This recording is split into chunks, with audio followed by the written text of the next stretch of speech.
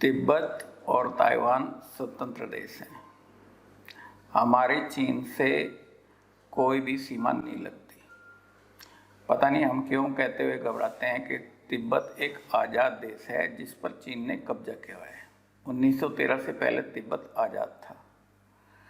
1950 में अचानक चीन ने हमला किया। तिब्बत के जो शांति प्रिय लोग हैं, बौद्ध धर्म को मानने वाले, वे किसी लड़ाई वड़ाई में विश्वास नहीं रखते, उनकी इस हालत को देखकर चालाक और धूर्त चीन ने तिब्बत पर कब्जा कर लिया और इसमें सहायता दी हमारे तत्कालीन प्रधानमंत्री नेहरू जी ने। बताते हैं चाइना की सेना की रोटी भी यहाँ से जाती थी और तब हम मस्त थे हिंदी चीनी भाई भाई में। हम आज भी ये कहने से घबराते हैं कि तिब्बत एक आज़ाद देश है, पीओके हमारा हिस्सा है, ताइवान आज़ाद है, इसमें चीन का कोई लेना देना नहीं है।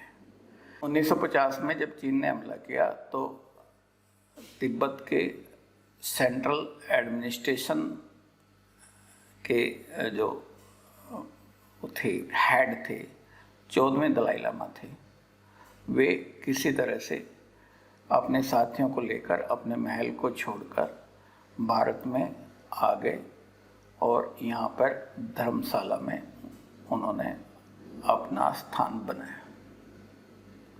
उसके बाद में 1959 में तिब्बत में ज़बरदस्त आंदोलन हुआ जिसमें करीब 4,60,000 लोग मारे गए 1959 और 61 के बीच में। चीन की आर्मी ने उनको कुचल दिया। इसमें प्रदर्शन करने वाली, शांतिप्रिय प्रदर्शन करने वाली 15,000 महिलाएं थी जिनको एक तरफ से गोलियों से मार दिया गया। तिब्बती सेना इतनी कसाई है कि इन्होंने अभी आपने देखा होगा 1991 में थाईमन चौक पर 20,000 विद्यार्थी भी टैंक लगा कर उड़ा दिए थे। इसी तरह से 4,60,000 लोग और 15,000 महिलाएं इन्होंने गोलियों से मार दी थी उस टाइम पे। फिर भी तिब्बत में आंदोलन चलता रहा और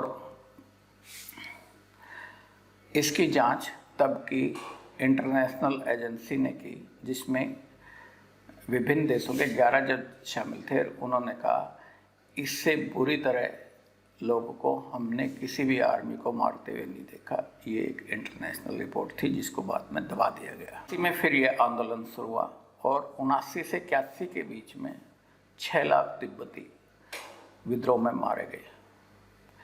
इस टाइम पर इन्होंने तिब्बत की जो मॉन्स्ट्रीज थी, जैसे हमारे यहाँ मंदिर होते हैं, उन 6,000 मंदिरों को हवाई जहाज से बम गिरा कर खत्म कर दिया गया।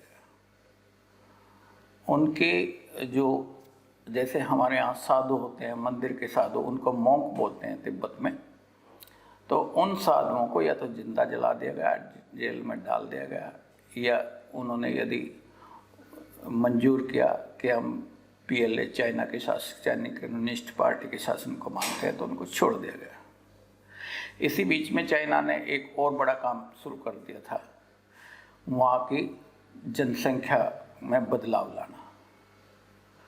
हांस और ह्यूज जाति के लोगों को तिब्बत में बसाया जाने लगा और इन लोगों को वहाँ से भागने पर मजबूर किया जाने लगा। आज भी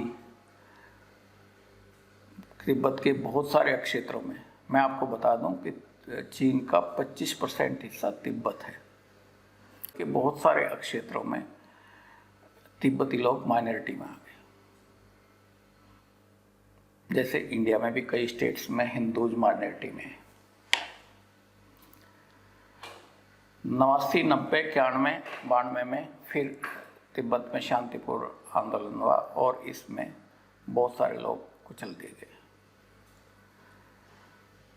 एक फिगर कहती है कि 90 और 2017 के बीच में 1480 बौद्ध भिक्षुक ने आत्मदाह कर लिया, मतलब वो जिंदा जल गए। उसमें कि हमारा देश तिब्बत आज़ाद हो जाए।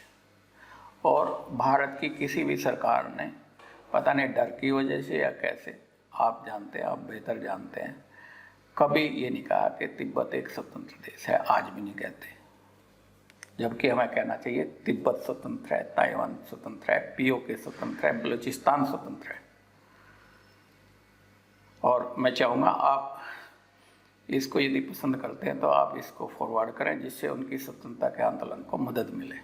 Thank you.